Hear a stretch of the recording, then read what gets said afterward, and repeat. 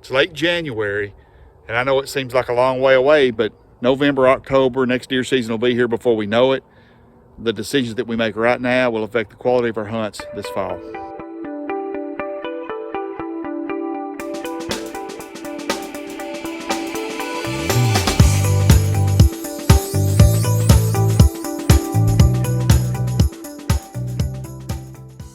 Hey, I'm standing in front of what we call the middle trail stand. It's on the main trail that runs through the center of the property.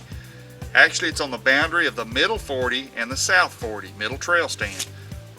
And every year, we fill out a hunter observation survey where we document during hunting season the number of does, bucks, and fawns that we see while hunting. And we saw more deer from this stand out of every other stand that we have. And I think I know why. Now, if we back away from our land using the satellite map and see how it interacts with the properties around us, we notice that our land is almost all timber, and there's a large block of timber to the south and to the east, and another large block of timber to the north and to the west. And our land serves as a connector between these two large blocks of timber. Now, if we concentrate on that middle 40, we see to the east and to the west, they're cattle pasture. And this kind of creates a funnel for daytime deer movement across that middle 40. But 40 acres is a lot of land to cover, and right now there are no features to dictate how deer use this 40 acres.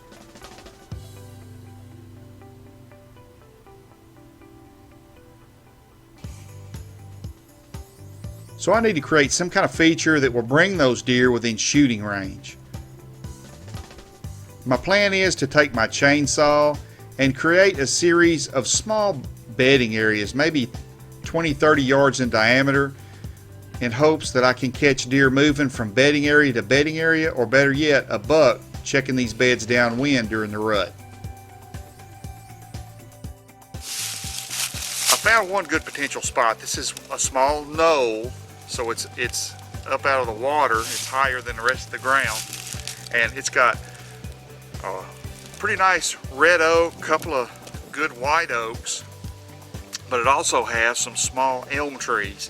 And I can remove the brush, cut those elm trees and not treat those stumps, and they'll sprout up, and that'll be good deer browse.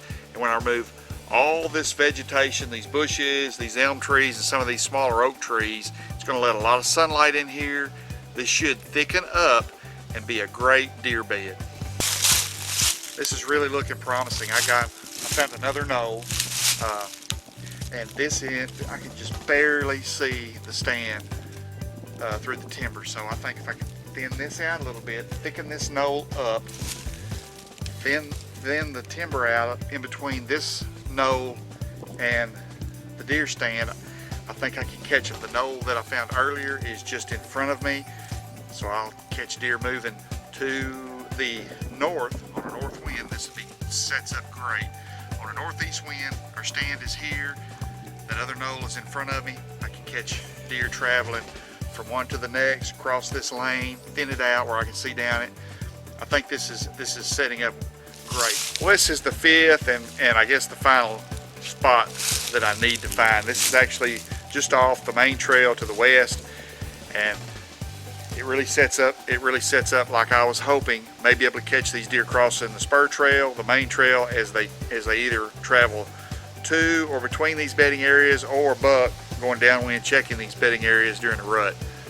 Now all I need to do is bring my chainsaw, do the work, and then hopefully watch it thicken up. Well, I've got my potential bedding areas that I want to enhance. I've got them mapped out, I've located them, and I've marked them. So now all I need to do is come in this spring or summer when I have more time and start thinning these out. I hope to bring you a deer hunt from the middle trail stand this fall.